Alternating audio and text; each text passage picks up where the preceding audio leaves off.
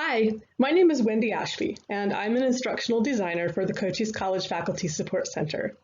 So I've been interested in what makes teaching work since about the 7th grade, when I had this completely crazy German teacher who used to tell us all about language learning psychology, and I was hooked. So I thought this would be a great book to explore as a professional group because it really does get into the inner workings of both learners and classrooms. So of course, we won't be teaching naked. Trust me, nobody wants to see that. But we will be vulnerable and we will be empathetic. We'll be taking on the role of online students and sort of viewing things from that perspective. So teaching naked requires all of us to come out from behind the things that we use to create barriers between ourselves and our learners, and to expose ourselves to new and probably uncomfortable ways of doing things. So one of the introductory questions I ask in a Moodle forum is to tell us some of the kind of things that make you feel a little bit naked while you're teaching. And I have to tell you, for me, hands down, making this video is killing me. So I would do just about anything to avoid watching a recording of myself. But as a facilitator, I can't ask people to do something that I won't do. So research does say that this is a good thing. Students claim that they do want to see us and that the videos don't have to be perfect. So this kind of makes them feel that we are human and more connected. So I am exposing myself right here in all my abject self-recording fear to bring you this awesome high-end video production. So the basic premise of this book is that teaching is fundamentally a design problem, and that requires us to have empathy with learners in order to sort of effectively solve that design problem. So this book group will investigate, quote, how we might apply new technology and research on how the brain learns to redesign courses and classrooms. So if we are to turn students into lifelong learners, we need to be explicit in designing environments that help students learn for themselves.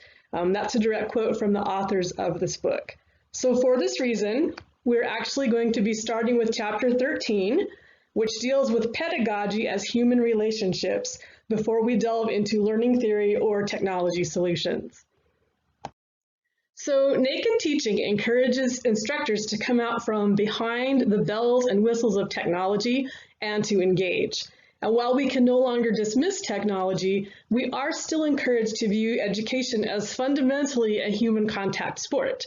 So an LMS is great for organizing and for delivering content, but it cannot teach for us. So technology should only be viewed as a tool and not an educational strategy in and of itself. So the authors compare teaching to coaching, noting that instructors develop a learning plan that takes into account the learner's total environment, including real-time abilities and limits, with an eye to building up their knowledge and experience. And their ideal view of stepping into a college setting is like downloading a personal training app for the mind, of course, with the emphasis on the personal. So to this end, let's consider the figure of Auguste Rodin's The Thinker. The bronze statue is frozen in pensive thought, but real-life thinkers do not operate this way. They exist in a wider context of their past limitations, the masks that they wear for others and perhaps even for themselves, and their trepidations about learning. The think box is carried around in a body of flesh and bone that has physical needs, emotions, motivations, and neurological constraints. The persona housed by this body has an innate need for creativity and connection to intimate, local, and even global communities that influence their hopes, goals, and aspirations.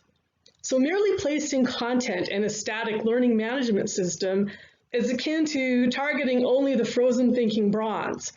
But our charge as instructors is to design a learning that works with the constraints of the thinker's total environment while maximizing its potential.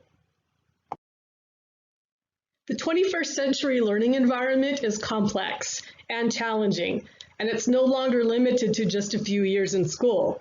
Rather, we are called upon to help learners learn for life.